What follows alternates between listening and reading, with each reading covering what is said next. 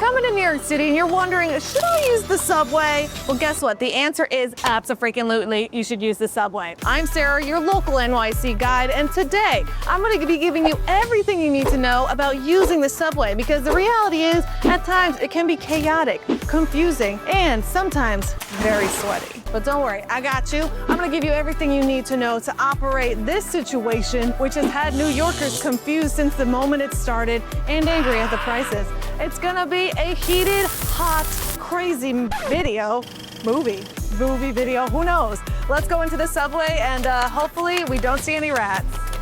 First things first, how do you get into the subway? Well, you're gonna see an entrance like this with the green fencing with those balls right up there. You're also going to see some letters or numbers right here and a sign that says the subway. So let's go inside. So how do you even get on the subway? It's a really important question. Well, you're gonna need either a MetroCard, which you can buy using this machine here. An important note though is this is gonna be phased out starting December 31st of 2025. So I'll go over how to buy this, but what I recommend first is using OMNY. It's like Apple Pay or Google Pay. All you need to do if you have a credit card linked to your phone is simply come over here. You have to go through turnstiles to get on the subway, and you're gonna see this little box that says OMNY, tap here. All you need to do is use your smartphone and simply tap it, and it will register, and then you can go right through the turnstile. It is absolutely the easiest way to do it, and that is my big recommendation. However, if you don't have a smartphone, you can even use a credit card and just tap it here. And a fun fact is if you use this 12 times during the week on the same card, any other ride after that is free. So I recommend doing that. If you don't have any tap and go system, or you don't want to do that, then you can buy a MetroCard, and I'm going to show you how to do that right over here. This is what a MetroCard looks like. I don't have one anymore because I've been using OMNY since it started, but it's literally the size of a credit card. So the way you do it is essentially you're going to be using this touch screen. You're going to hit start, then hit the language you speak. Then what you're gonna have to do is you're gonna choose if you want just a general MetroCard or a certain amount on it or a single ride. Just don't even worry about these options. Just choose this one right here. It says MetroCard. And since you don't have a card already, you're gonna have to hit get a new card. There is a $1 fee that applies to this, just a heads up on that. Depending on how long you're here, you either choose a regular MetroCard, which means you load a certain amount of money on it, and after that, like, you have to put more money on it, or you do an unlimited ride. Most people come here for around a week, and in that case, I would recommend doing an unlimited ride for 7 days. That's gonna be $34. And then you can choose how you wanna pay, cash, ATM card, or credit card. I always do credit card. You're going to put your credit, it says dip your card. I know in some languages that's confusing. It's like dip your card, what? Just take your credit card and you're gonna slide it right in here and pull it out and then enter a zip code. Now, if you're not from the United States, you're gonna hit 0 5 times. It gets confusing. This is why I recommend OMNY. And then it will print the MetroCard out right here.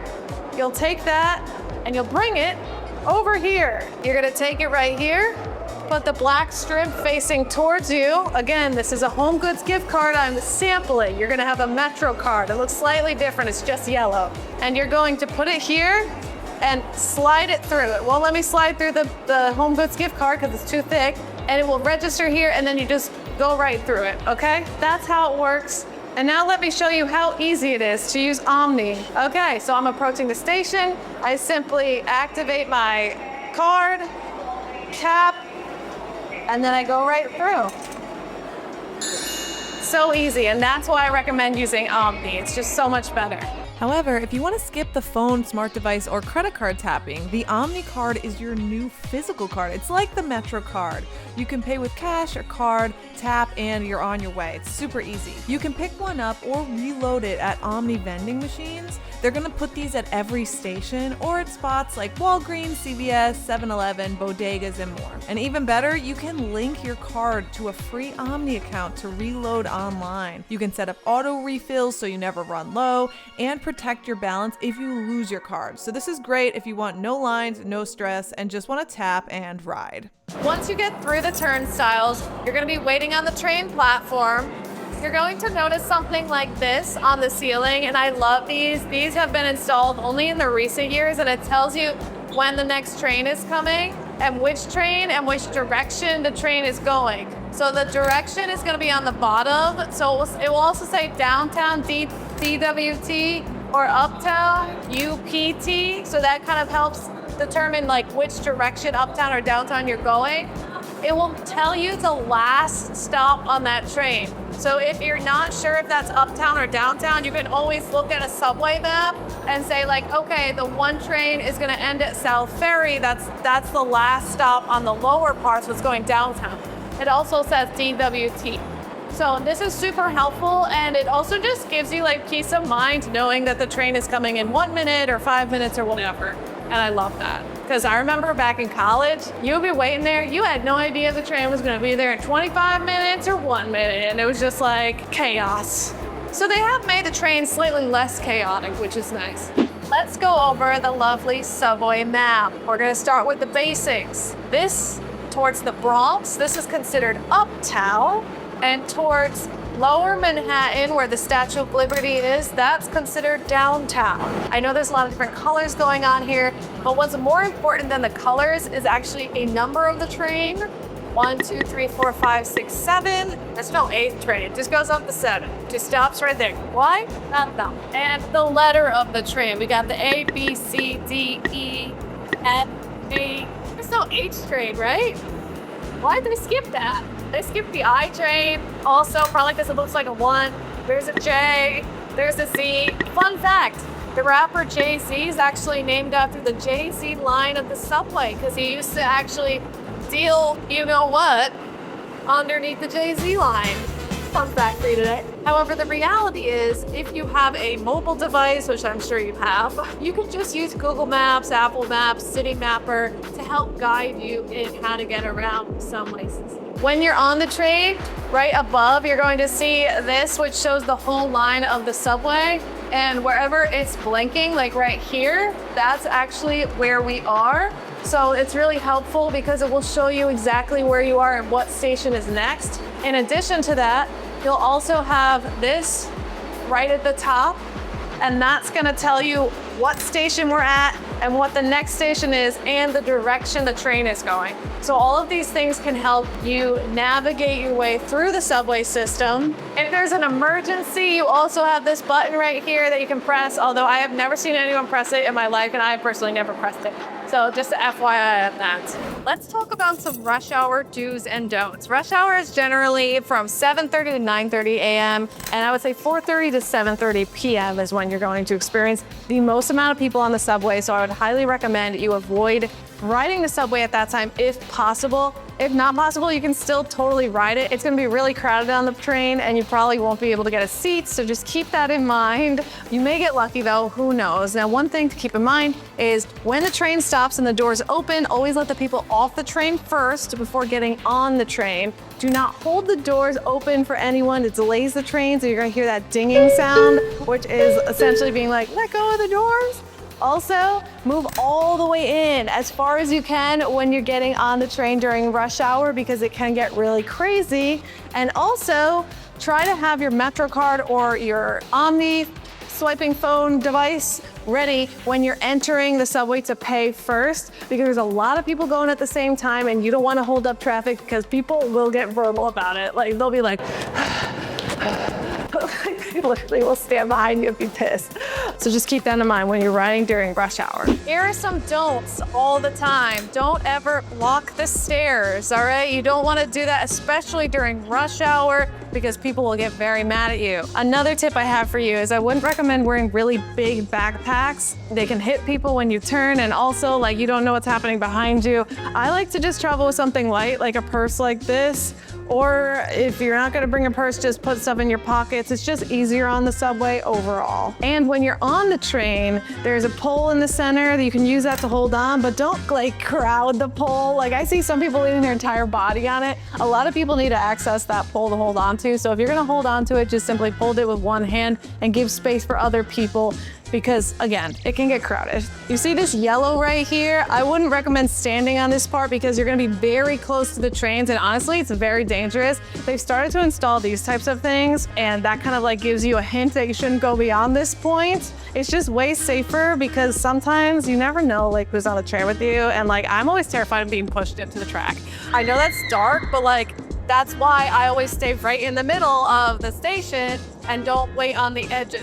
Here are some tourist mistakes to avoid, the most common ones I see. Now behind me, you're going to see two signs. Well, it's one sign though with two different arrows.